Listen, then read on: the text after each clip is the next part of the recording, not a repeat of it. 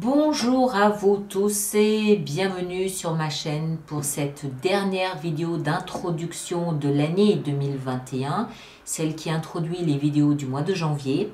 J'espère que vous allez tous très bien, merci d'être là. Alors, vidéo du mois de janvier un petit peu particulière dans certains cas, à l'image de cette transition fin d'année, nouvelle année, vous verrez. Ça a été très frappant pour certains signes. Je me souviens notamment du signe du Sagittaire. Je me vois encore m'exclamer quelle belle lecture. Je crois que j'ai jamais fait une lecture aussi belle, tellement c'était waouh. Il y a certains signes que j'ai fait il y a plusieurs jours, donc c'est pas toujours très frais. Mais ceux-là, je m'en souviens. Il y avait également le signe du Capricorne, où j'ai nommé l'extension la déferlante, parce qu'il c'est comme une vague déferlante qui vous arrive dessus, mais dans un sens positif, hein, faut pas vous inquiéter. Mais on s'y attend pas. Et ça montre vraiment cette volonté de transition, de passer à autre chose, de changer d'air, changer de cap. Il y avait également, je me souviens, le signe du Taureau, qui lui était vraiment connecté 5 dimensions, mais connecté puissamment à tout ce qui peut se passer autour de lui. Et puis en fait, j'ai une petite note. Il y avait la balance aussi qui était particulière, je me souviens aussi. J'ai une petite note toute personnelle et toute particulière à laisser pour les personnes du signe du Lion. Alors, je vais vous expliquer pourquoi. Parce que durant la vidéo de YouTube, où j'ai peu de cartes, le message présentait un partenaire ou tout au moins quelqu'un proche de votre sphère émotionnelle qui aurait pu vous apprendre des nouvelles pas forcément très réjouissantes. D'accord? Vous aviez 2 fois la tour et le diable quand même. Donc on était en droit, et tout ça connecté à la vie sentimentale, donc on est en droit de penser que ça pouvait être une nouvelle pas très agréable à entendre. Et en fait, durant l'extension où on rajoute des cartes, j'en ai rajouté pas mal. Vous savez que ce type de lecture, en fait, c'est comme des couches.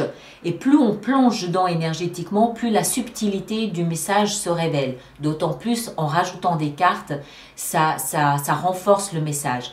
Et là, en fait, la lecture, elle prend une tournure complètement différente.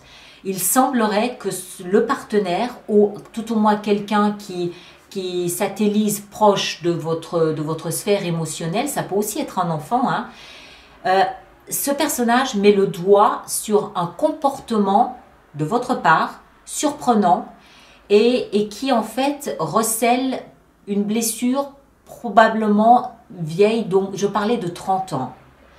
Et c'est à travers votre comportement durant ce mois de janvier que tout ça est révélé, mais grâce à quelqu'un qui tourne autour de vous sur le plan émotionnel. Donc cette personne va vous obliger à vous interroger en fait sur le pourquoi d'un tel comportement, et on comprend que tout ça est relié à une blessure, à une fêlure très ancienne qui vous pousse à vous interroger sur votre identité et sur le pourquoi je me comporte de cette manière. Donc je le dis parce que si en fait durant les fêtes vous voyez uniquement la vidéo de YouTube, vous pouvez vous interroger sur l'attitude de votre partenaire, alors qu'en fait il n'y est pour rien. Au contraire, je pense que cette personne est un révélateur de ce qui se passe profondément en vous. D'accord? Donc je vous le dis pour que tout le monde passe de belles fêtes de fin d'année et qu'il n'y ait pas d'ambiguïté, qu'il n'y ait pas de problème à ce niveau-là. Et comme je l'ai fait là tout à l'heure, c'est très frais, donc c'est pour ça que je vous en parle. En dehors de ça, donc nous avons les cartes utilisées pour cette lecture, les énergies extérieures, c'est-à-dire ces cartes-là, et qui sont comme ça, magnifiques ici, sont le Chinese Tarot Deck, superbe jeu. Les lectures sur YouTube ont été... Bah, regardez, il est là. Les lectures sur YouTube... Allez, on va en prendre un. Bon, on va prendre le roi de bâton. Les lectures sur YouTube avec ce jeu ici sont faites avec le Secret Tarot, que voici, que voilà. Et les extensions sont faites avec un magnifique jeu, je sais que vous l'appréciez beaucoup, qui est comme ça, n'est-ce pas, derrière, qui lui est le Botticelli doré, voilà, que vous trouvez dans le commerce, voilà. Alors, il ne me reste plus qu'à vous souhaiter de superbes fêtes de fin d'année. Passez, ceux qui fêtent Noël, un joyeux Noël à vous. Une très bonne fête de fin d'année. Je sais que dans certains pays, restrictions obligent, on ne va pas pouvoir fêter, il y a des couvre-feux, etc. Passez néanmoins une excellente transition sur 2022 avec, on l'espère, une année un petit peu plus douce que celle qu'on a connue. Et puis, moi, je vous retrouve de toute façon au début du mois de janvier pour une petite fenêtre sur soi. Je pense que ça va être durant les premières dizaines, autour du 10 janvier. Je préparerai en janvier une lecture de vie sentimentale pour la Saint-Valentin. D'accord?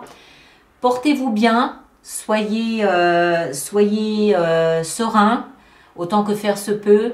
Belle fête à vous tous. Merci d'avoir passé cette année à mes côtés et à très bientôt. Merci beaucoup.